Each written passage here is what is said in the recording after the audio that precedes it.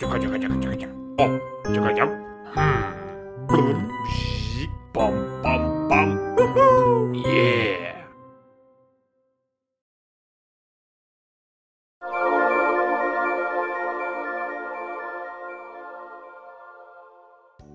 Здравствуйте, ребятишки!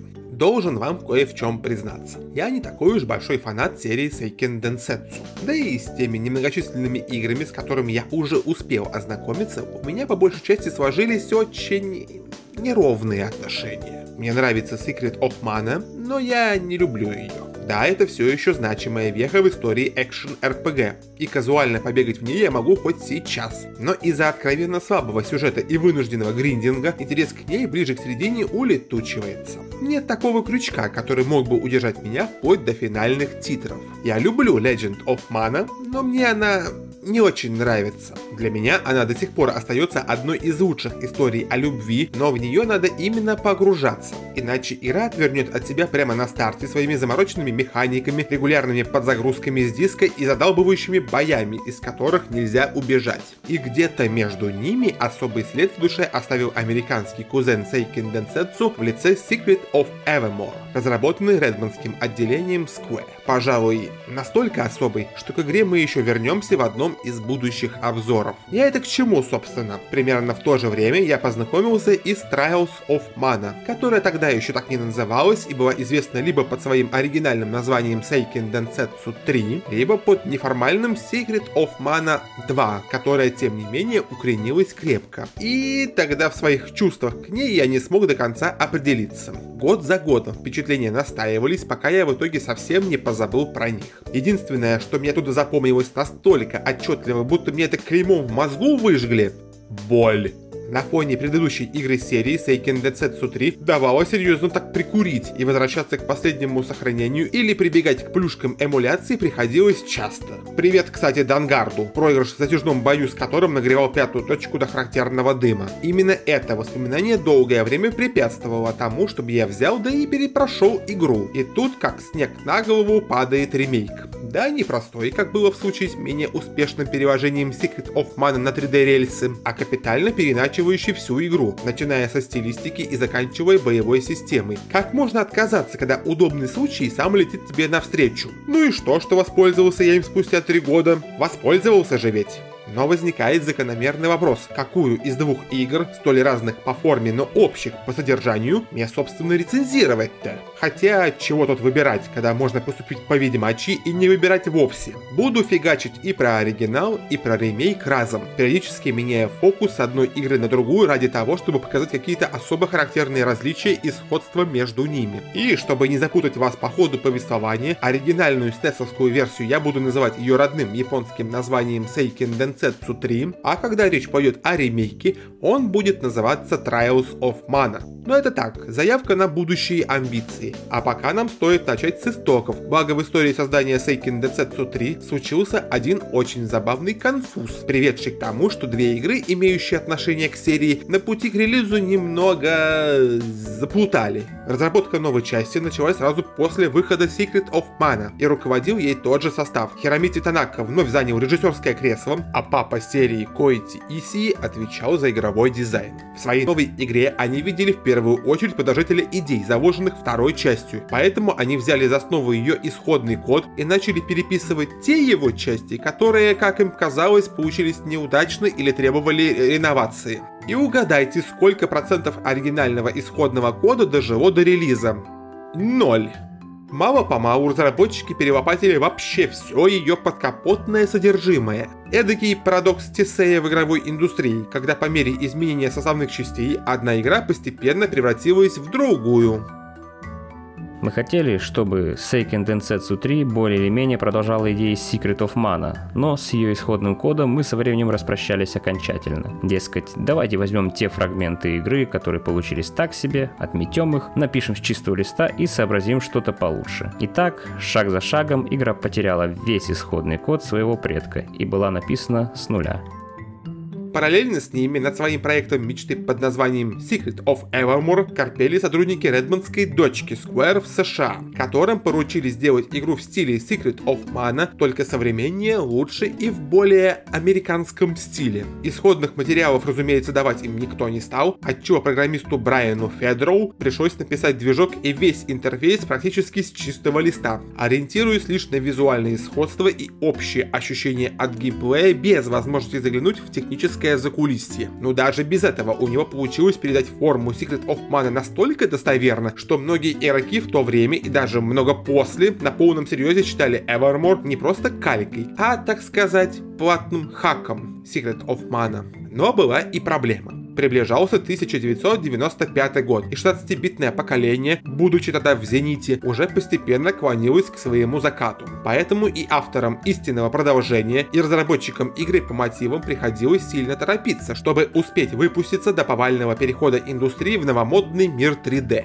И без пары кочек на пути не обошлось. Команда Secret of Evermore состояла из новичков, которые слишком боялись браться за совсем уж сложные вещи, вроде внедрения режима кооперативного прохождения, бывшего главной фишкой Secret of Mana. В то время как создатели Seiken Densetsu 3 ударились в гигантоманию в своем стремлении достичь вершины возможностей железа SNES, и отточить все нюансы такой большой игры оказалось куда труднее, отчего поддержка мультитапа пошла под нож в угоду близости релиза. Так что официально Seiken Densetsu 3 поддерживает только 2 игроков, хоть фанаты годы спустя и выпустили патч, восстанавливающий справедливость и возвращающий поддержку третьего контроллера. Информации о внутренней кухне разработки Seiken Densetsu 3 не очень много, но, как предполагал Брайан Федроу, бывший к ней на то время особенно близко, команде приходилось очень много бороться за печать качества Nintendo, которые за любой найденный баг могли отправить всю игру на доработку, потому и пришлось жертвовать тем, что вызывало большую часть багов. Тогда Nintendo была чрезвычайно жестка со своей безбаговой политикой. И, думаю, даже Square, несмотря на годы сотрудничества, с большим трудом проходили их сертификацию. У них также могли возникнуть трудности с тем, чтобы американские игроки, купив игру, приняли ее изъяны, а не понесли обратно в магазины, что тогда было обычной практикой. В конечном итоге обе игры вышли осенью 1995 года с разницей в один день, но разминулись на этапе локализации. Английскую версию Seiken Densetsu 3 серьезные люди в пиджаках посчитали экономически нецелесообразной и отменили вовсе, успев подразнить игроков только редкими скриншотами в Nintendo Power. А Secret of Evermore, будучи американским ответом Secret of Mana, рассчитанным на западную аудиторию, так и не добралась до Японии, отчего последнее и стало восприниматься в качестве своеобразного поощрительного приза для тех, кто ждал Secret of Mana 2. В то время как подлинное продолжение осталось где-то там. Но что-то я затягиваю с прелюдией, пора поиграть.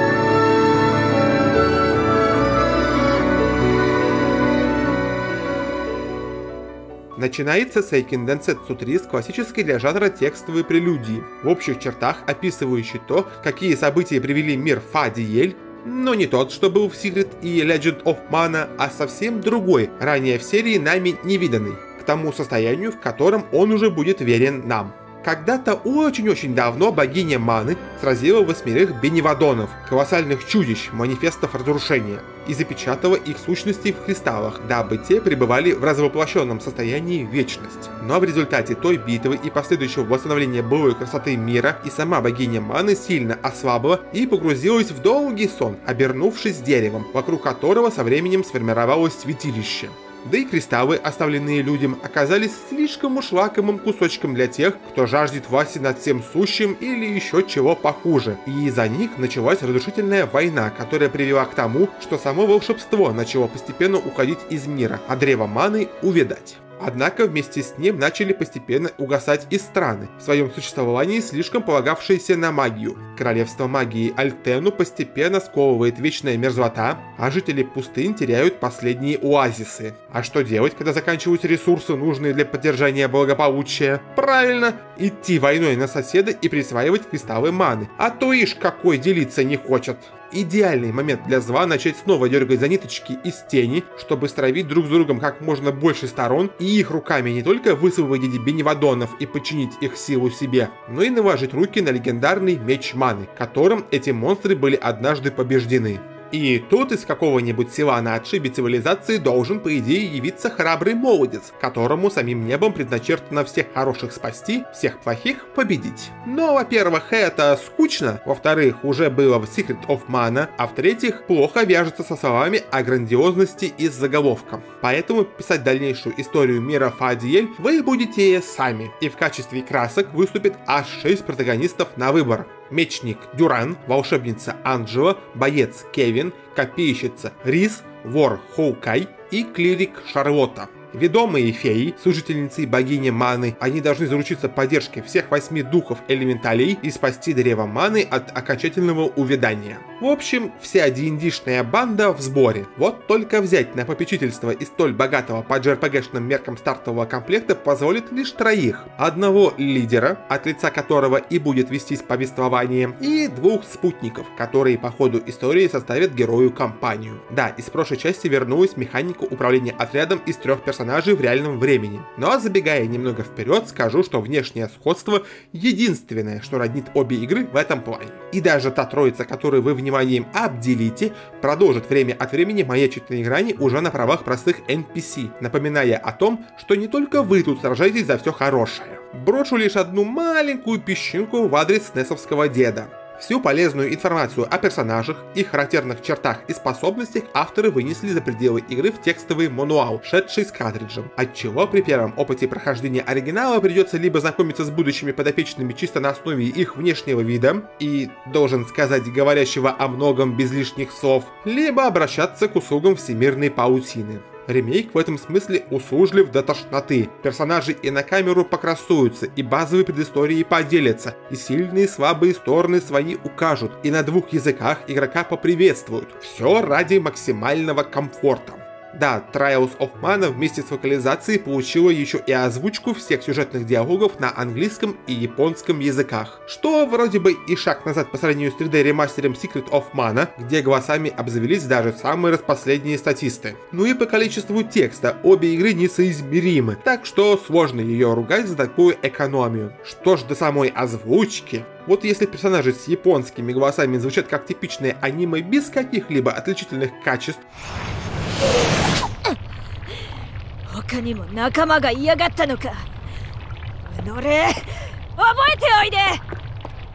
то английская версия получилась, на уровне игровых локализаций из первой половины нулевых.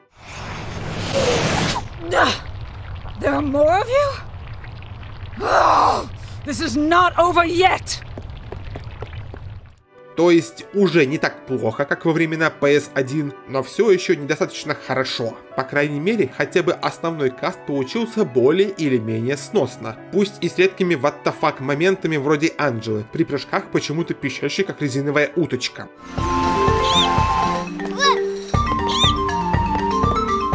Отдельно отмечу лишь голос Хоукая, который хотя бы старается давить эмоции из своих реплик, а не только полагается на текст перед глазами.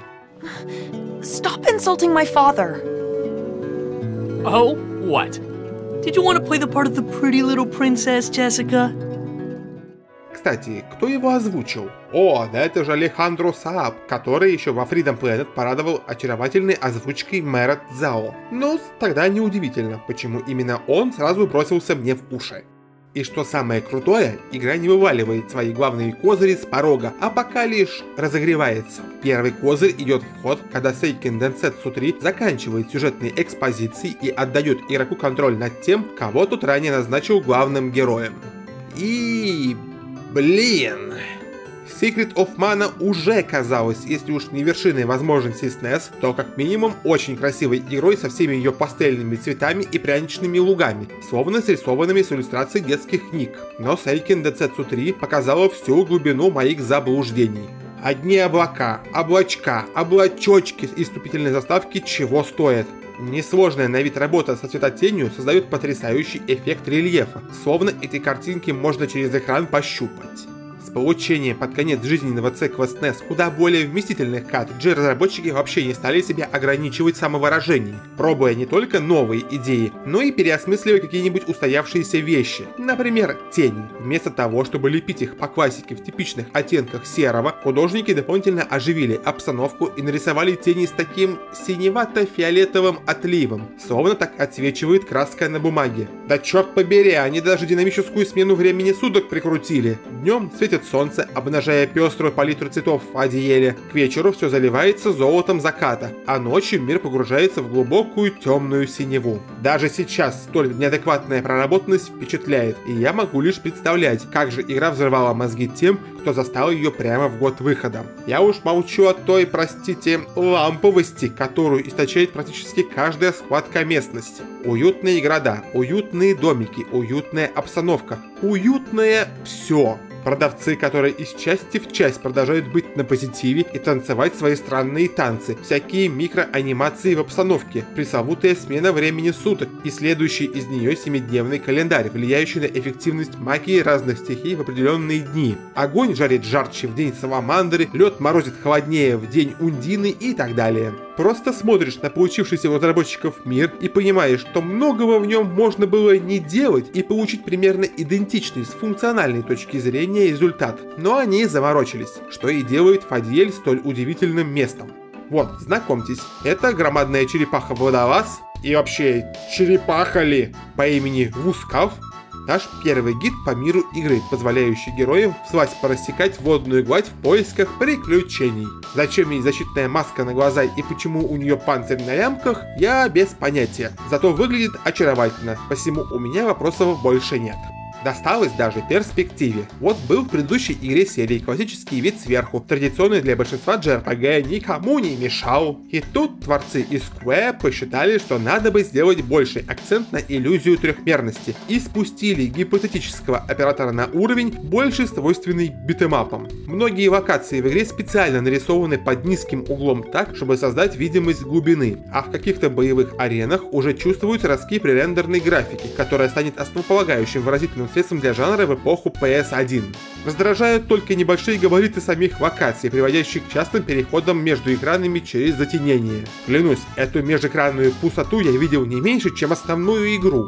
Что ж до Trials of Mana, то вот с ней сложно, поскольку что она, что снесовский оригинал все-таки были заложниками тех или иных ограничений. При создании Seiken Densetsu 3 авторам постоянно приходилось идти на компромиссы, чтобы упаковать свои задумки в рамки пусть и крутого на то время, но все-таки маломощного железа, и никакие космические бюджеты не помогли бы эти пределы преодолеть. Каждый цвет в палитре, каждый байт в оперативной памяти был на счету, и любое превышение возможностей SNES приводило к очередным жертвам в угоду компактности. Те же, кто отвечал за ремейк, вроде и получили практически безграничные аппаратные возможности, однако границы эти все равно определялись бюджетами, данными на разработку, и желанием сильно вкладываться в Trials of Mana Square Enix явно не горели. Из-за этого игра с чисто визуальной точки зрения получилась очень неровной. Любые попытки в общие планы выглядят крайне слабо и обнажают откровенную бюджетность ремейка, а пещеры цвета желчи, одинокие лысые деревья на карте мира и бедные интерьеры некоторых помещений лишь навевают тоску.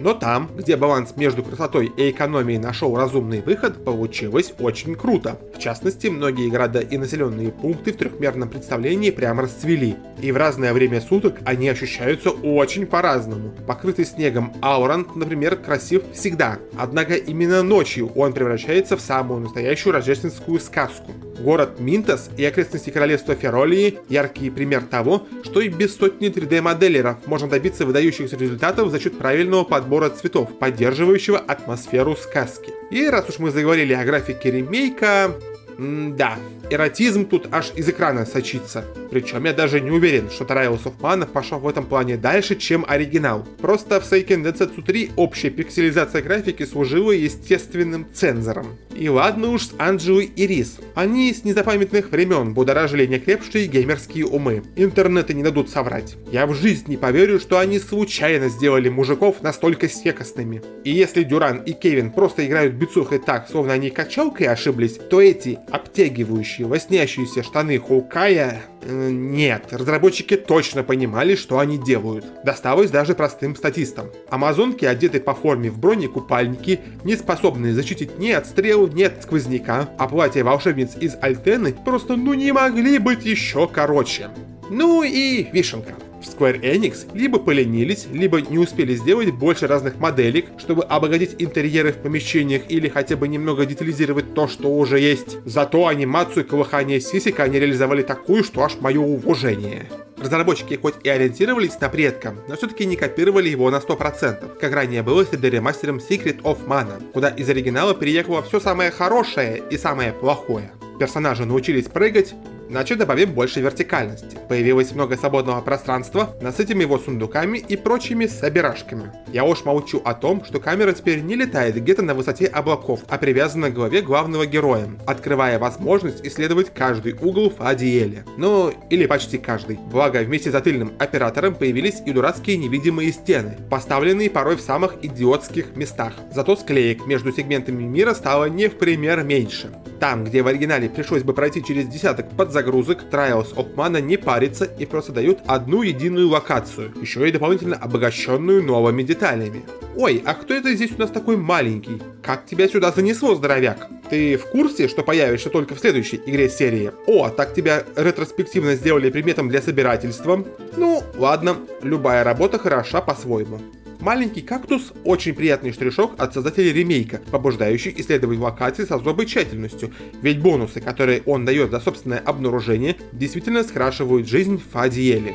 И тут мы подходим к центру гравитации всей Seiken Densetsu 3 в боевой системе. Почему к центру? А потому что именно в ней воплощено абсолютно все, о чем мы успели поговорить, начиная с ограниченных возможностей SNES, с которыми авторам пришлось усиленно бодаться, чтобы сотворить невозможное, и заканчивая ремейком, который на сей раз сделал все по-своему, но оттого не менее интересно. И пусть раскочегаривается игра примерно так же долго, как и Secret of Mana, давая столь вожделенный контроль над всем трио только после победы над первым боссом. Положительные изменения в динамике боевой системы чувствуются уже в моменты первой с ней встречи. Переход в боевой режим происходит почти моментально, а удары по супостатам уже не похожи на сетевую игру между Землей и Марсом, когда тумак до монстра доходит где-то через секунду-две после визуального отображения попадания. Ну и главное, автору убрали эту дурацкую систему с накоплением шкалы инициативы, вынуждавшую после каждой атаки ныкаться от зловредов и ждать ее заполнения, потому что урон при неполной шкале не только становился мизерным, но и в подавляющем большинстве случаев тупо не проходил. Вместо нее появилась шкала суперприемов, которая копится по мере успешного отвешивания лещей и разряжается для нанесения максимальной боли, в зависимости от самого приема, либо по одному супостату, либо нескольким сразу. Впрочем, без коротких пауз между атаками, обусловленных хрен понятно чем, Seiken Densetsu 3 все равно не обошлось. Но с этой особенностью игры вполне можно жить, а с определенного момента и вовсе перестаешь на нее внимание обращать. Ну и самая большая проблема физического общения – оружием можно промахнуться. А если еще и отставать от соперника на уровень другой, то промахов будет еще больше. Зато магия и спецприемы массового поражения никогда не мажут. Они делают проще. Просто стопорят игру и проигрывают полную анимацию прилета условного тумака или огненного шара в лицо, не давая никакого шанса увернуться. Причем касается это обеих сторон конфликта. Особенно забавно получается, если взять в команду обоих магов, как я и сделал, а потом бросить вызов вражеским магам. Тупо перетягивание каната вида «кто кого переанимирует». От злоупотребления магии спасает только время на каст, замедляющее ее излишне рьяное использование. И как же мне нравится то элегантное решение, которое команда Хиромити Танаки нашла для удобного контроля отрядом из 3 персонажей в реальном времени. Зажимаете левый shift, получаете контроль над вторым персонажем, в то время как лидер уходит в режим автопилота. Зажимаете правый shift, управляете 3-м персонажем. Можно, конечно, по старинке менять лидера вручную, а команды отдавать через переключение меню. Но интерфейс в Seiken Densetsu 3 это такая жопа, что как-либо контактировать с ним хочется как можно меньше. Ручное переключение неудобно еще и тем, что требуемый персонаж может быть банально недоступен из-за того, что он застрял в анимации атаки или спецприема. И пока он пребывает в этом состоянии, у вас просто нет доступа к его умениям. Проще шифтом взять над ним контроль и, как он освободится от своих дел, тут же дать ему новую задачу, а не тыкаться в меню каждую секунду в ожидании, когда ж оно разблокируется-то. К слову, посадить на автопилот во время сражений можно и главного персонажа в команде, но уместно это только в битвах с врагами и так не представляющими опасности. В любой более или менее серьезной потасовке группу из 3 бестолковых ботов и размотать могут ненароком. Хотя в сравнении с предыдущей частью качество цифровых мозгов в Seiken Densetsu 3 возросло прям заметно. По крайней мере, сопартийцы перестали включать тормоза при виде очередной воинственной букашки и застревать в каждой складке местности. Да и действуют на поле брани они почти что адекватно. А если уж кто-то и теряется в кустах, никто не обязывает держать весь отряд на одном экране, как было в Secret of Mana. Настроек и бы побольше, а то иногда приходится вручную оттаскивать за волосы магов, слишком увлекшихся Mano a Mano. Но это так, придирки. И раз уж я коснулся темы интерфейса в Seiken Densetsu 3, надо все-таки довести мысль до конца. Может, это со мной что-то не так, но я постоянно путался в персонажах. Захожу, значит, в меню лидера группы и хочу из него переключиться на второго персонажа, чтобы дать ему команду скастовать магию или использовать предмет. То я на третьего персонажа попадаю, то возвращаюсь на первого, то выбираю второго, но из-за возникшей на экране рубки этого не замечаю и переключаюсь обратно. Но если уж я в навигации по карте мира смог потеряться, да, тяжелый случай. В свое оправдание лишь скажу, что в Seiken Densetsu 3 поначалу нет такой вещи, как карта мира. Чтобы куда-то добраться, жизненно необходимо знать маршруты судов,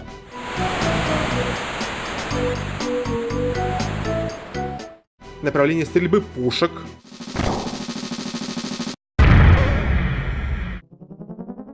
а также пути, которые можно преодолеть пешим шагом. Когда героям на помощь придет Вусков, часть навигационной рутины отвалится за ненадобностью. Но не вся. И серьезно, что не так с меню паузы? Проблема его даже не в том, что в нем неудобно ориентироваться. Ну, да, хреново, но жить можно. Как же, черт побери, оно лагает. Тут уж огромное спасибо ремейку за то, что он причесал ассортимент внутриигровых менюшек и сделал блуждание по интерфейсу комфортным. Честно, я даже предположить не могу, тут-то чему так безбожно тормозить. Ну да, он получился громоздким, но это же не повод умирать от каждого чиха. Смотришь на то, как консоль пыжится в попытках отобразить циферки и названия предметов, и поражаешься тому, как вся остальная игра ухитряется работать стабильно. А там ведь и графики больше, и просчетов урона, шансов попаданий и прочих видимых и невидимых глазу процессов происходит тоже прилично. Хотя Seiken Densetsu 3 все равно лагает. Это особенно заметно, когда атакуешь толпу врагов магии, которая в теории должна с ними со всеми расправиться. Старуха с косой доходит до них с каким-то запозданием, и за это время между жизнью и смертью они могут еще успеть огрызнуться.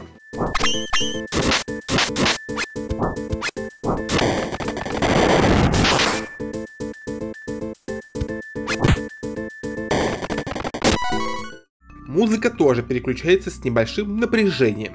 Но это и в менее ресурсозатратном Chrono Trigger ощущалось, так что неудивительно. Но самый пик мучений SNES наступает в моменты, когда начинается эпичная рубилова стенка на стенку с полным ассортиментом соответствующих аудиовизуальных спецэффектов. Прям чувствуя, что эта стабильность работы из разряда «оно живет на пределе» стала следствием очень больших жертв на алтарь времени. Да и у меня ни разу не удалось ушатать игру вплоть до зависания. Ремейк в этом плане тоже молодец, к слову. Но важно то, что с переходом к боевой системе обнажаются фундаментальные различия между персонажами, которые влияют не только на общее поведение на поле брани, но и на направление, в котором их стоит прокачивать. Дюран – человек простой, и большой острой палкой ему хватает за глаза в подавляющем большинстве ситуаций. Кевин еще проще, так как он и голыми руками кого угодно порвет, а особенно ночью, когда он превращается в оборотня. Шарлотта и Анджело в прямом столкновении практически бесполезны, зато первая может вытащить всю пати из практически безнадежной ситуации благодаря магии лечения, а вторая – сжечь дотла любую нечисть. Лишь бы маны хватило. Хоукай довольно хрупок, но при должной прокачке он превращается в ночной кошмар для зловредов из-за двойных атак и брутальных спецприемов. Рис же выступает эдакой золотой серединой между Дюраном и Хоукаем, и супостатом настукивая от души и умирая не с 2 тычков, а всего лишь с 3. Кстати, об этом. Наверное, уже 1000 лет назад, в самом начале обзора, я отметил, что Seiken Densetsu 3 запомнилась мне в первую очередь болью, которую она причиняла. И при долгожданном возвращении в Фадиэль я вспомнил то парализующее чувство страха, когда по всей команде проходит урон, который рискует для нее стать фатальным. Жестить игра начинает практически сразу. Любая более или менее солидная оплюха от монстров может резать на треть здоровья даже экипированному по последней моде персонажу, отчего приходится играть очень аккуратно. Не раздавать команды отряду слишком беспечно и не занимать ненужными делами лекаря, которого, к слову, может и не быть, если вы не выбрали Шарлотту в самом начале, и придется обжираться сладостями, выступающими здесь в роли восстановителей здоровья. Не успели кого-то подлечить, с большой вероятностью придется возвращать его или ее с того света. Нечем возвращать с того света, но это вы опрометчиво отправились в мир спасать без соответствующего снаряжения. Хорошо, хоть авторы переосмыслили жесткое ограничение на вместимость карманов из Secret of Mana, позволявшее таскать только по 4 лечилки одного вида, и разбили инвентарь на 2 сущности. Меню быстрого доступа, вмещающее в себя до 10 различных предметов по 9 единиц каждого, и бездонную походную сумку, куда падает излишек, но из которой нельзя брать вещи прямо в пылу сражения. То есть при наличии денег можно хоть на всю игру вперед закупиться всеми нужными предметами, а потом просто периодически тасовать их в карманах, подбирая то, что нужно в той или иной игровой ситуации.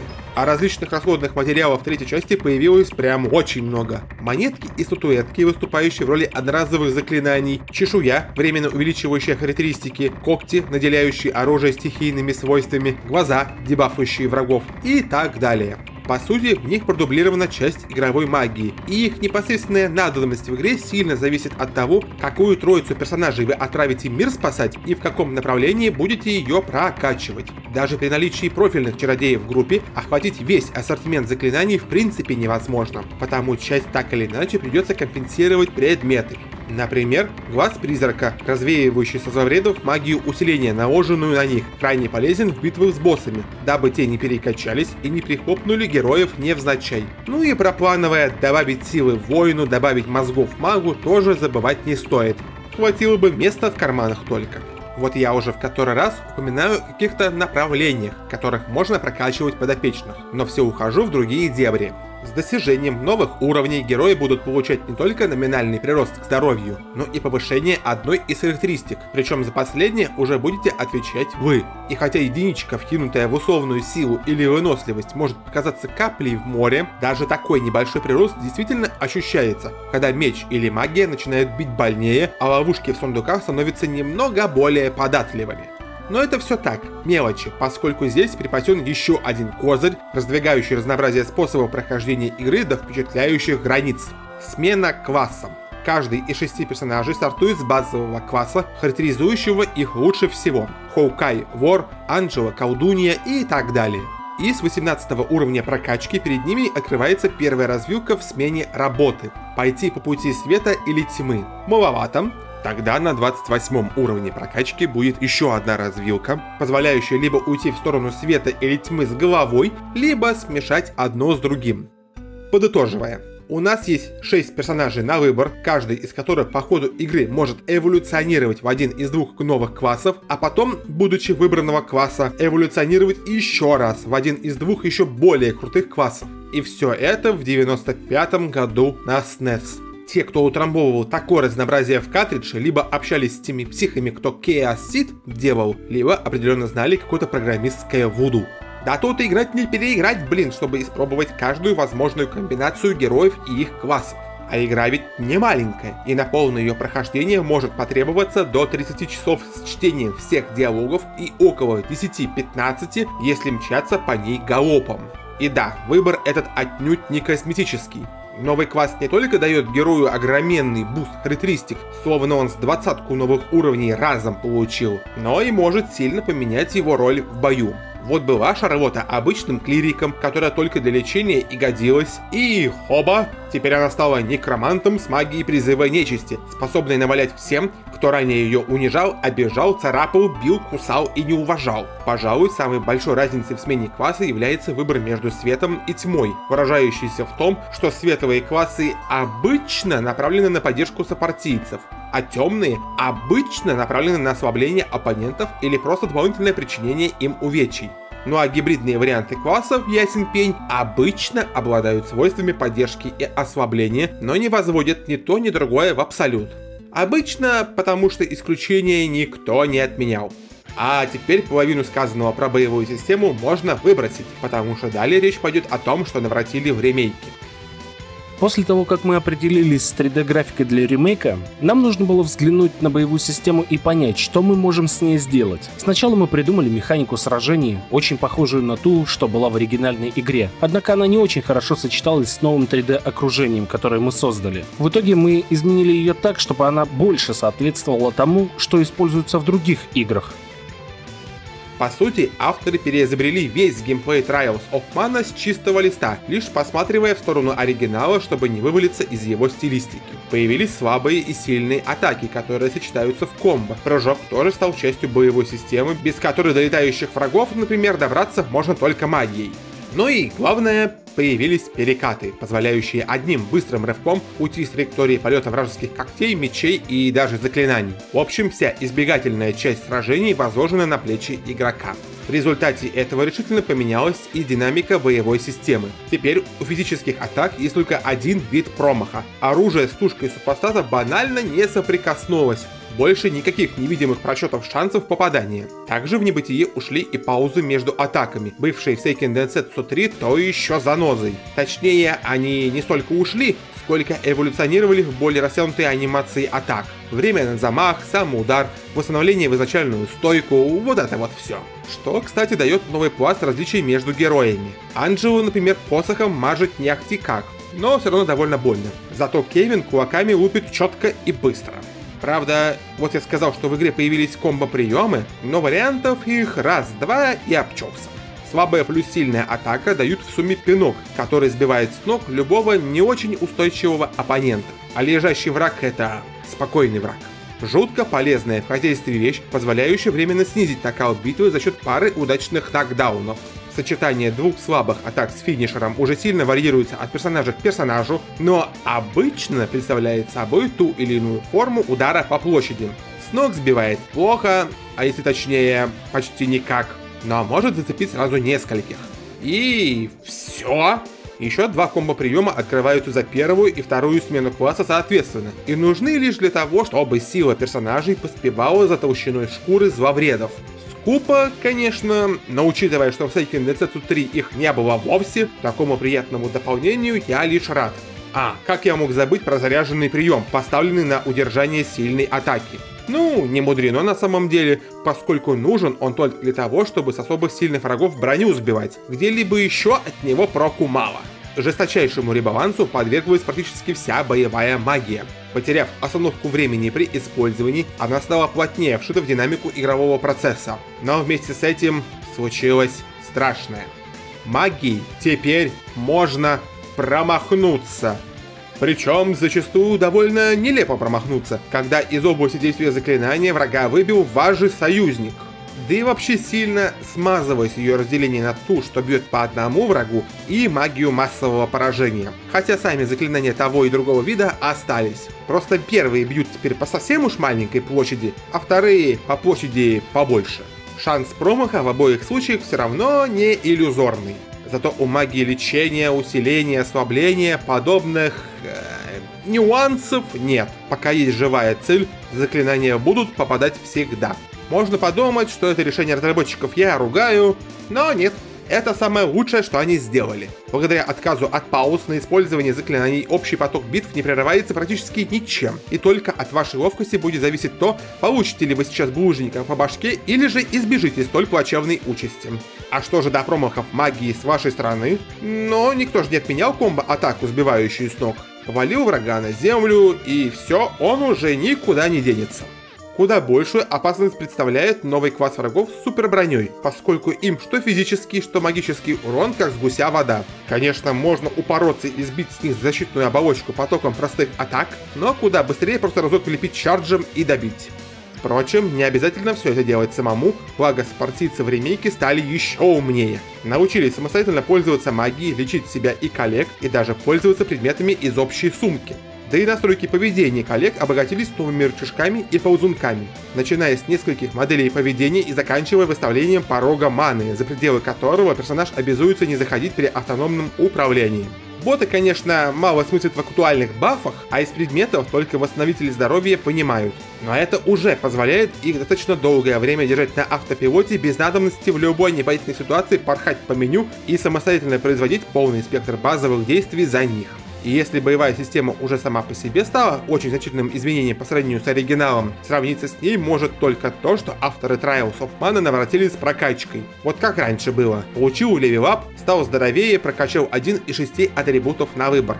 Теперь же каждый новый уровень вознаграждает энным количеством очков тренировки, которые потом в любое время, а не обязательно прямо в момент левелапа, можно будет раскидать по уже 5 характеристикам. Ловкость была уволена, потому что отныне за нее отвечают ваши руки. Причем работает система не так, что, мол, закинул 4 очка в силу, получил плюс 4 к силе. За каждым параметром закреплен свой список способностей и улучшений, которые и открываются по мере вливания очков в эти параметры. Наглядный пример в случае с Шарлоттой. За 2 очка, вкинутые в дух, она получает перманентные плюс 5 к максимальной мане, а также получает на руки магию лечения. За 4 очка открывается умение Heal CS Boost, позволяющее пополнять шкалу спецприема лечением братанов. За 6 же очков она получает плюс 5 к параметру Дух. Нет, это не рекурсия. Просто есть разница между 5 ключевыми параметрами, нужными для открытия способностей, умений и так далее, и собственными характеристиками персонажа. Блин, я только сейчас понял, насколько это разделение алогично. А в игре казалось так и интуитивно понятно. Но умения надо ведь еще экипировать. И если поначалу-то их не очень много, так что можно лепить те, которые подходят персонажам по типажу, ну там бонус к силе рукопашникам, бонус к защите тем, кого стоит держать подальше от тумаков и так далее, то уже довольно скоро глаза будут разбегаться от их многообразия. Да и 2 слота под них — это прям катастрофически мало. К счастью, со сменой классов будут открываться и новые слоты под умения, так что могущество персонажей при внимательном их тюнинге будет расти в геометрической прогрессии. И уж не знаю, стоит ли мне игру за такое ругать, но... сложность. Там, где оригинал драл жопу вне зависимости от того, в насколько крутую броню снарядились герои и в какие классы по ходу истории переобулись, ремейк со всей его комфортностью и дружелюбностью к современному игроку стал разочаровывающе беззубым. Да, и тут могут насовать, если слишком уж тупить. Но даже на высшей и доступной по умолчанию сложности она не дает столько же отпора, сколько давала Seiken Densetsu 3. По большей части это связано с тем, что теперь от любых невзгод можно укатиться колобочком. Только боссы опасность и представляют, но до них ведь еще дойти надо. Впрочем, разработчики оказались не глухими, и вопли недовольных хардкорщиков услышали. И в одном из обновлений Trials of Mana пополнилось 2 уровнями сложности для самых отчаянных — Expert и No Future. Для настолько отчаянных, что доступны они становятся только после хотя бы одного полного прохождения игры. Не просто так, должен сказать. Рваться в них без уникальных способностей, которые переходят в новую игру плюс даже при сбросе прокачки, сродни самоубийству. И если эксперта еще можно попытаться забороть по-честному, вправив в себе руки и вспомнив мучительные деньки в Dark Souls, то вот режим No Future... да... он настолько же интересен, насколько, брутален. По большей части тем интересен, что именно на сложности No Future игра забывает о своем приторном комфорте и забирает все, что могло бы слишком упростить прохождение. Во-первых, она не дает перенести в новую игру плюс всю прокачку из последнего сохранения и вынуждает начинать с чистого листа. Во-вторых, блокируются все наиболее читерские умения, вроде тройного прироста опыта и так далее. В-третьих, и без того ограниченный инвентарь стал еще более тесным. Использовать в бою позволено не более 3 предметов одного вида. И это просто ад. В-четвертых, хоть раньше через настройки можно было выставить любую сложность прямо по ходу игры, чтобы подобрать ее под свои навыки, спрыгнуть с No Future получится всего 1 раз. И вернуться уже нельзя. Никакой халявы, только честный вызов. Ну, насколько честным может быть режим, в котором героев обычно убивают с 1-2 укусов? Компьютерные болванчики даже с их прокачанным в ремейке интеллектом в столь жестоких условиях выживают, от силы секунд 10. А учитывая еще более ограниченный инвентарь, поднять прилегших отдохнуть коллег можно лишь 3 раза за бой, то есть допустил 3 промашки, хоть сразу загружайся. И авторы прекрасно понимали, что так и будет, потому дали игроку в распоряжение 2 способности, уникальные для режима No Future. Первая, по сути, делает управляемых и персонажей неубиваемыми, а вторая полностью восстанавливает здоровье после каждого боя. И если полезность второй вызывает большие вопросы в силу того, что тут и так кладут на землю косым взглядом, то первая — это уже какой-никакой задел на успех. Но очень туманный, потому что пространство для совершения ошибок все равно остается крайне сжатым. Перед встречей с боссами и вовсе надо собираться так, как будто к 1 сентября готовишься. Все бафы, все дебафы, все лечилки обязаны быть под рукой, а на календаре день того элементаля, которому засранец уязвим. Я же забыл сказать, что в битвах с боссами на сложности No Future еще и таймер появился, чтоб, видимо, совсем веру во все хорошее подорвать. Что-то пошло не так посреди боя или закончилось время, загружайся. Или меняй сложность, признавая тем самым поражение.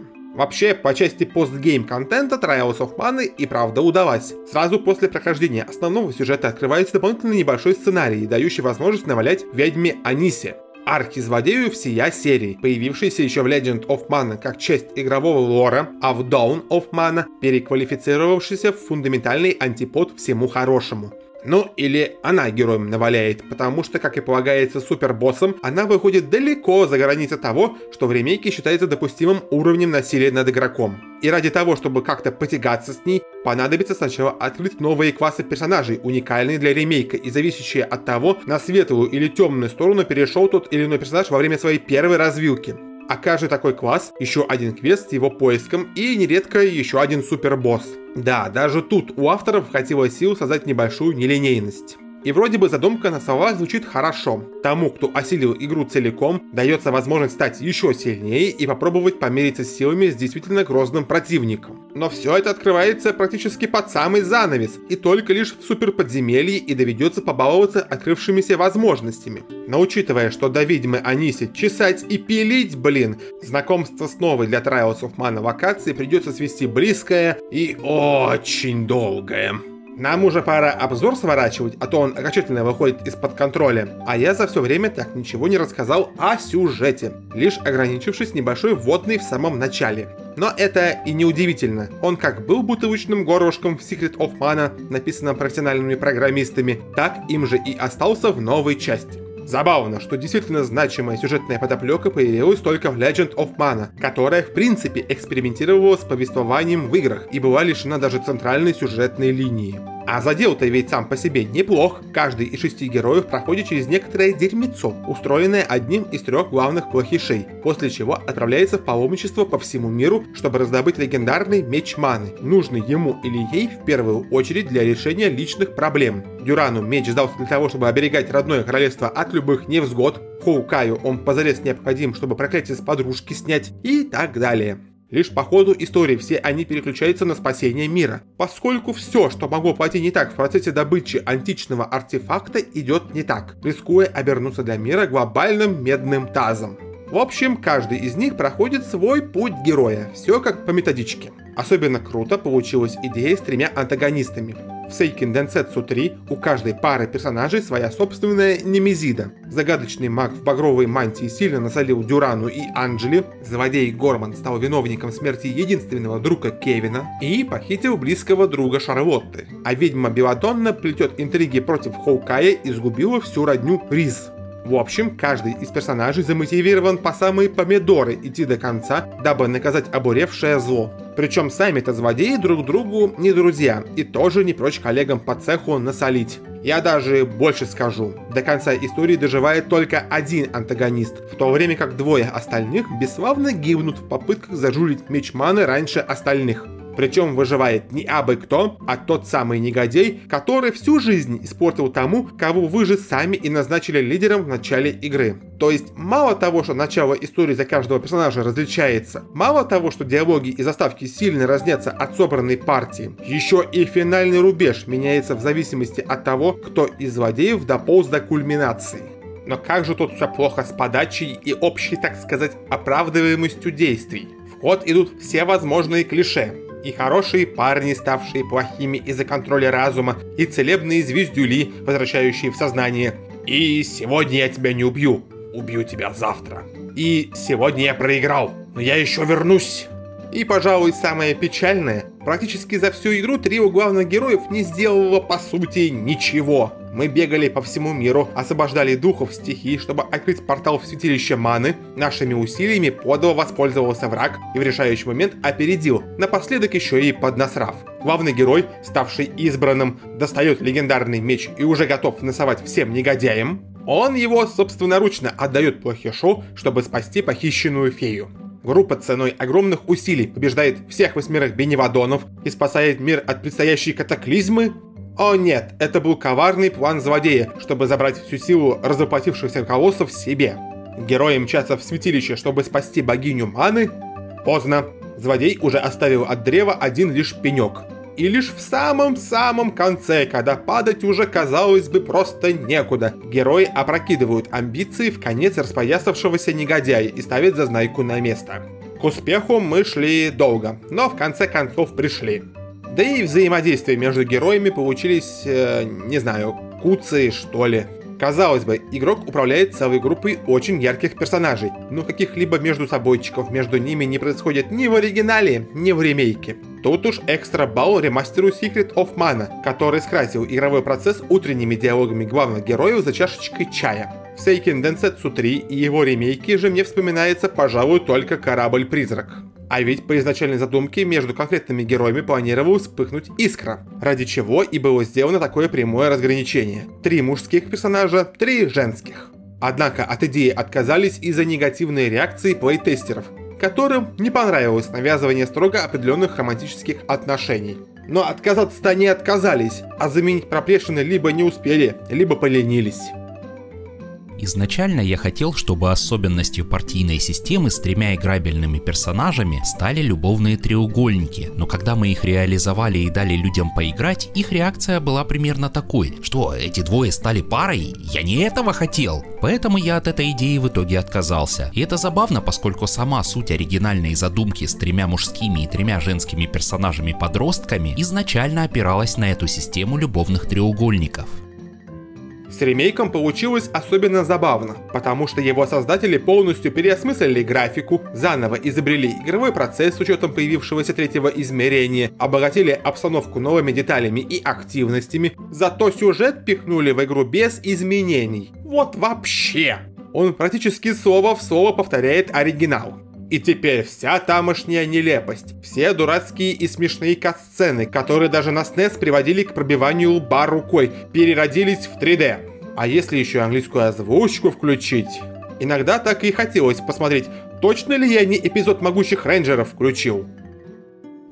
Ну что-то я слишком сгущать краски начал, так что давайте под конец подсластим пилюлю саундтреком. Всю игровую музыку на SNES можно условно разбить на 2 категории. В первую падают саундтреки, написанные с использованием тех звуковых сэмплов и инструментов, которые вместе с инструментами разработчика предоставляет сама Nintendo. Разумеется, очень многое все равно зависит от прямоты рук и художественного видения тех, кто за написание музыки берется, однако такой подход более или менее уравнивает общую планку технического исполнения и качества звучания. Те же, кто хочет брать выше, попадают во вторую категорию. Такие композиторы самостоятельно пишут все звуки и после адаптируют их под ограничения SNES-овской аудиосистемы.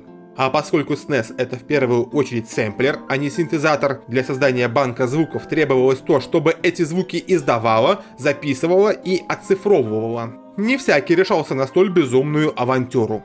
К счастью, композитор Хироки Кикута оказался как раз из таких людей. И раз уж Seiken Densetsu 3 собиралась стать грандиозным прощанием 16-битным поколением, Кикута в стороне оставаться не стал и при помощи такой-то матери выжил из SNES звучание, не сильно-то и отстающее от того, что показывал сэмплер PS1, особенно в свои ранние годы. Эффект видимого технического паритета достигался во многом за счет небывалой частоты звучания инструментов. Никакого басового бубнижа, невнятных пэдов и совсем уж пошлой пластмассы, записанной из копеечных синтезаторов. Каждый звук отчетлив и понятен, а композиции, собранные из них, звучат настолько гармонично, что я могу лишь гадать, сколько времени было убито на подбор сэмплов, их сжатие и тонкую доводку.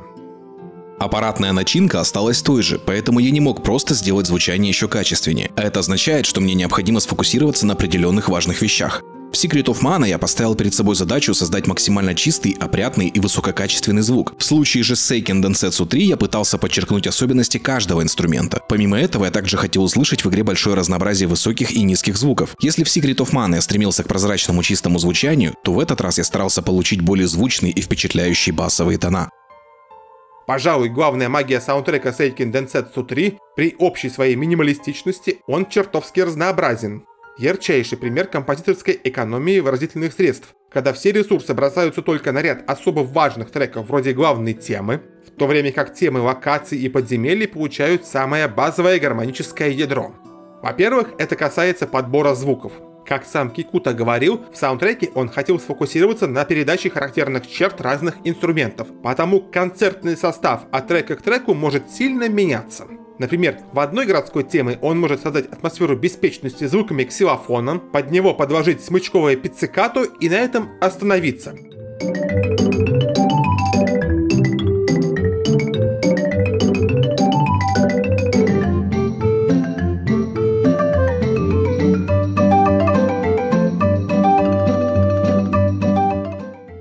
А в другой уже создать общение между смычковой секцией, духовыми и клавишными.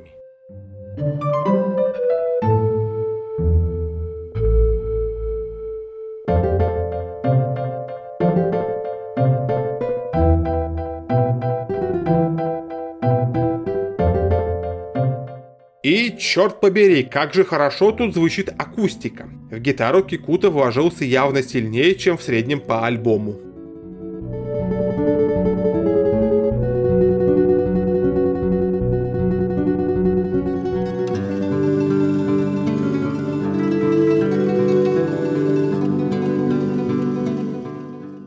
Во-вторых, без внимания не осталась и разная тесситура. Вот тут уж отменное качество записанных сэмплов сыграло большую роль. Например, для зимних локаций Кикута активно использует звонкие высокие частоты, чтобы добиться атмосферы холода.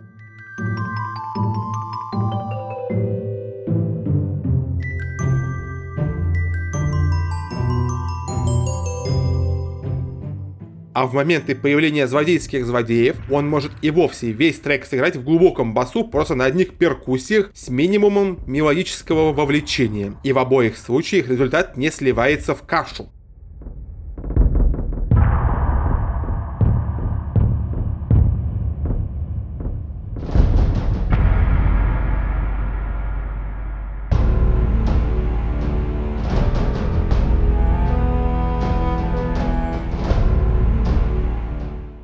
Но саундтрек примечателен не только выразительной скупостью, обусловленной необходимостью размазать музыкальное разнообразие на 60 треков. В особенности Кикута оторвался на боссах.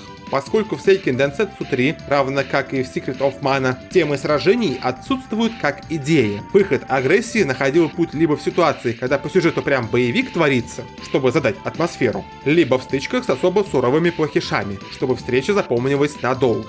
И даже эти треки получились очень разными. Из каких-то боевых тем героизм аж фонтаном брызжет за счет раскатистых мелодий.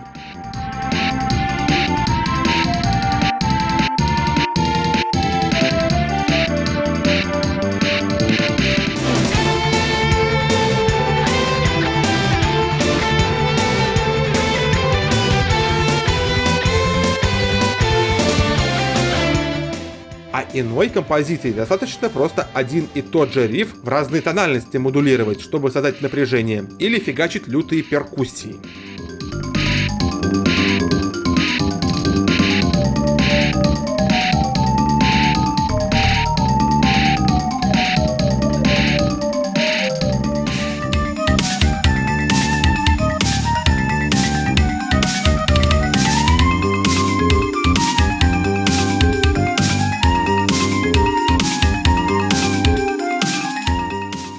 Две темы финального босса – яркий пример обоих случаев.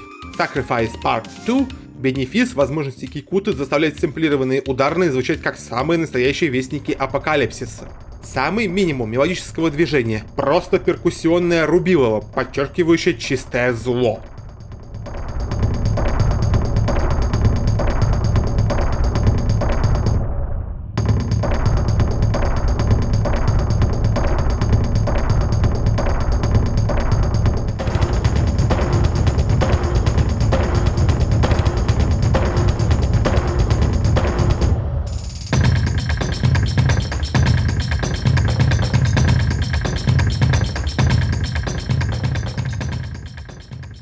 И следующая за ней третья часть уже бросает в уши традиционное героическое противостояние из последних сил, нисколько не сдерживая себя в плане мелодизма.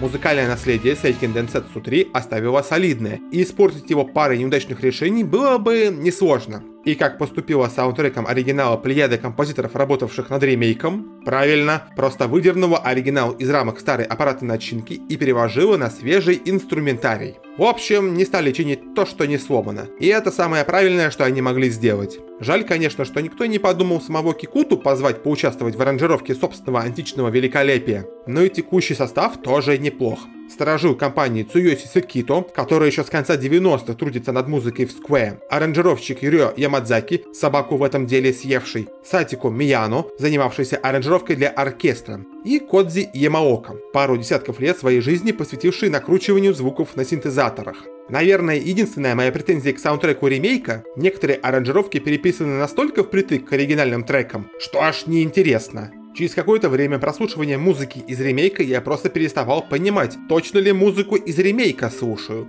Хотя, казалось бы, в плане технического исполнения между ними пропасть. К признанию этого факта возвращали лишь редкие случаи, когда аранжировщики действительно брали и что-то меняли в изначальной задумке Кикуты. Например, почти все боевые темы подверглись серьезному такому утяжелению. Ударные стали еще брутальнее, а также появилась совершенно несвойственная оригиналу электрогитара, добавившая композициям в рацион больше тяжелых металлов.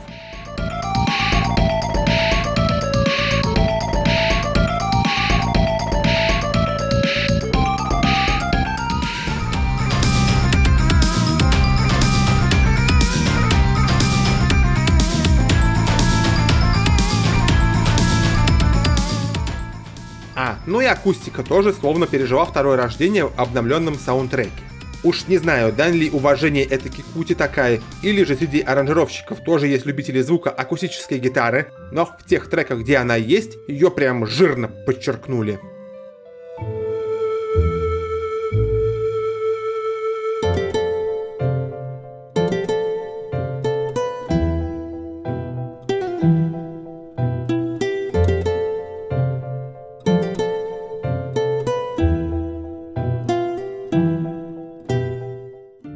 Ну и напоследок мое любимое – аранжировочки.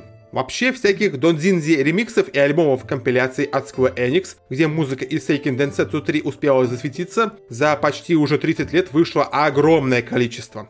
И задача собрать их все в одну кучу выглядит непосильной, поэтому я пройдусь лишь по верхам и сниму самые сливки. И первым же делом не могу не отметить в очередной раз упоминаемый альбом Vice Ritter от Dangerous Mizasi Cat, ставший для меня на удивление важной отправной точкой в мир JRPG. От Seiken Densetsu 3 там присутствует всего 2 трека, зато какие и как переисполненные. Насыщение главной темы тяжестью прошло на удивление безболезненно, и она в исполнении DMC сохранила свою мягкость и лиричность. Да и не гитара там главный герой, а духовые инструменты.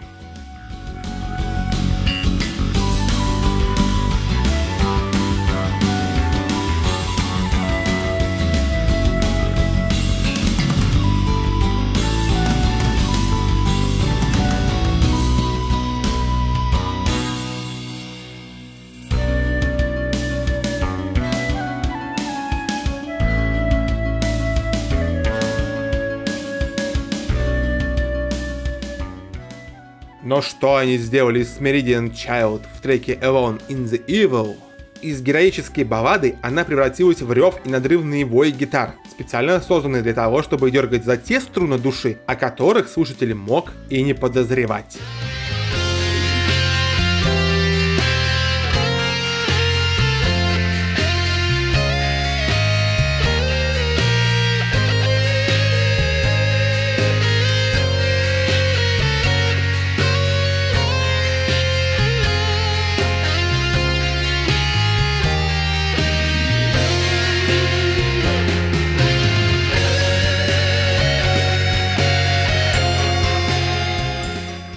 Не менее примечателен и додзинзи проект Харуки Фукуи, публикующийся под биркой Eternal Lives. А примечателен он не только тем, что в одно лицо значительно увеличил популяцию релизов Сукубо по Seiken Densetsu 3, выпустив 2 мини-альбома и 1 альбом-альбом, но и тем, что он тоже добавил в оригинальной композиции больше тяжести и колхоза. Другим словом, я не могу назвать качество сведения в Mana Bless You. Не знаю, зачем надо было компрессовать звук настолько сильно. Весь динамический диапазон будто через мясорубку провернули. И ведь стиль аранжировок даже не обязывал рубить такую жесть. Но в тех случаях, когда альбом не пытается изнасиловать уши, он радует очень крутой лирикой, поднявшей мелодичность оригинала на новый уровень.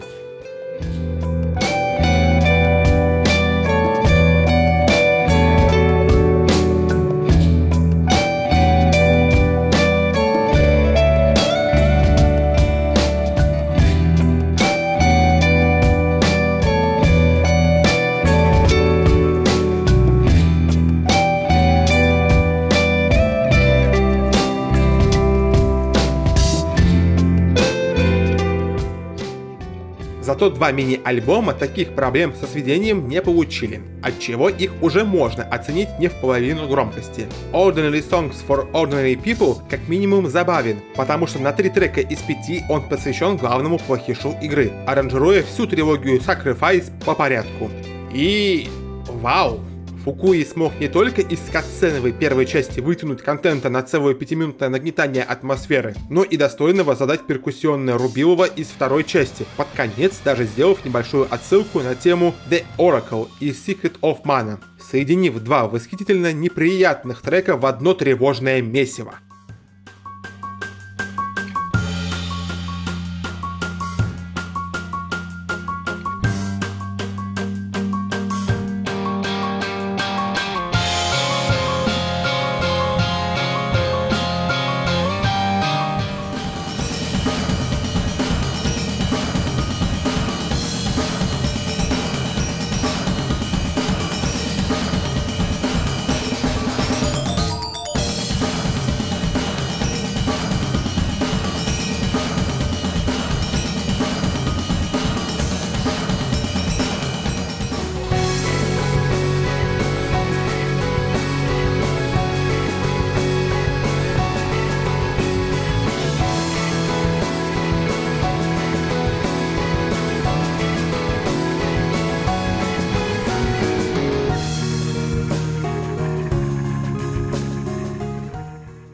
А надрывность Innocent Water в момент перехода аранжировки солирующего фортепиано на гитары и Hammond может посоревноваться даже с Alone in the Evil.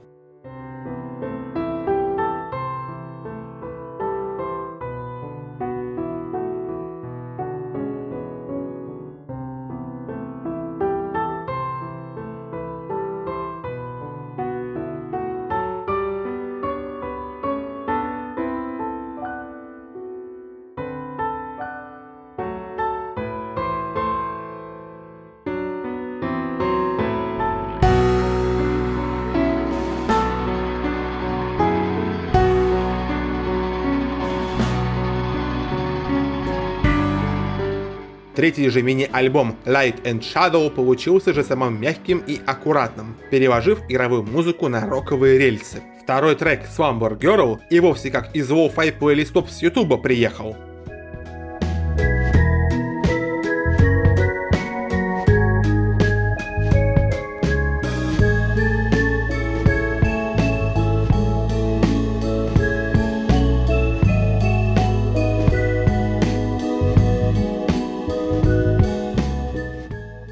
Обидно, что самые качественные по звучанию релизы оказались самыми маленькими. 3 трека в Light and Shadow выглядит как насмешка. Зато профильных релизов по игре от самих Square Enix почти, считай, и нет. Все одни компиляции, тематические сборники и компиляции сборников. К счастью, выход ремейка хоть как-то мотивировал их вложиться в сопутствующую продукцию. И по случаю 25-летия игры они выпустили двухдисковый альбом с игровой музыкой в исполнении Токийского симфонического оркестра. Причем за адаптацию игровых композиций под исполнение оркестром посадили уже известную нам Сатико Мияну, которая для ремейка переписала несколько оригинальных треков для исполнения живьем. А учитывая, что некоторые композиции из оригинала в своем изначальном виде мало совместимы с оркестровым звучанием, мне было интересно послушать, как в таких ситуациях выкручивалась Мияну. И в целом у нее получился такой киношный саундтрек, очень аккуратно подходящий к заполнению языкового пространства и старающийся не грузить без повода. По сути, она лишь повторила тактику Кикуты и в аранжировках подчеркнула звучание конкретных инструментов, прибегая к масштабному вовлечению всего оркестра в процесс лишь в те моменты, когда музыкальное повествование того требует. Например, тему Риз аранжировщица позволила себе сделать мягче и чувственнее, убрав из трека практически всю боевую ритмику и оставив его боевую интенсивность лишь в самой кульминации. Да, кстати, некоторые композиции в альбоме охватывают сразу пару игровых треков, связывая их в цельные небольшие произведения, где следующая тема как бы логически следует из предыдущей. Если у Trials of Mana когда-нибудь случится аниме-адаптация, я бы хотел услышать этот альбом в качестве саундтрека.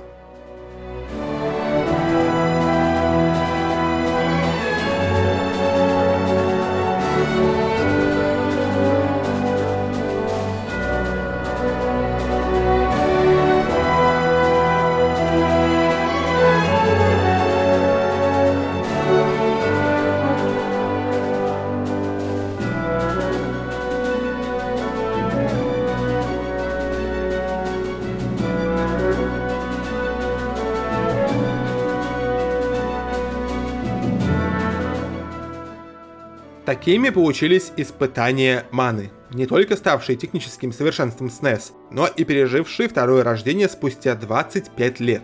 Да, есть в них ряд небольших проблем, которые в случае с оригиналом обусловлены ограничениями допотопного железа и без того работающего на пределе возможностей, а в случае с ремейком крайне сжатым бюджетом, вынуждавшим экономить на всем, что могло затянуть разработку. И хотя Trials of Mana получилась очень неплохой, она все-таки не смогла полностью компенсировать оригинальную версию 95 года, потому особым энтузиастам японской классики я могу лишь порекомендовать дать шанс обеим играм. И пусть оригинал может кому-то показаться тормозным и неотзывчивым, а ремейк слишком пластмассовым визуально и беззубым геймплейно, но тут уж каждый выберет то, что ласкает лично его глаз.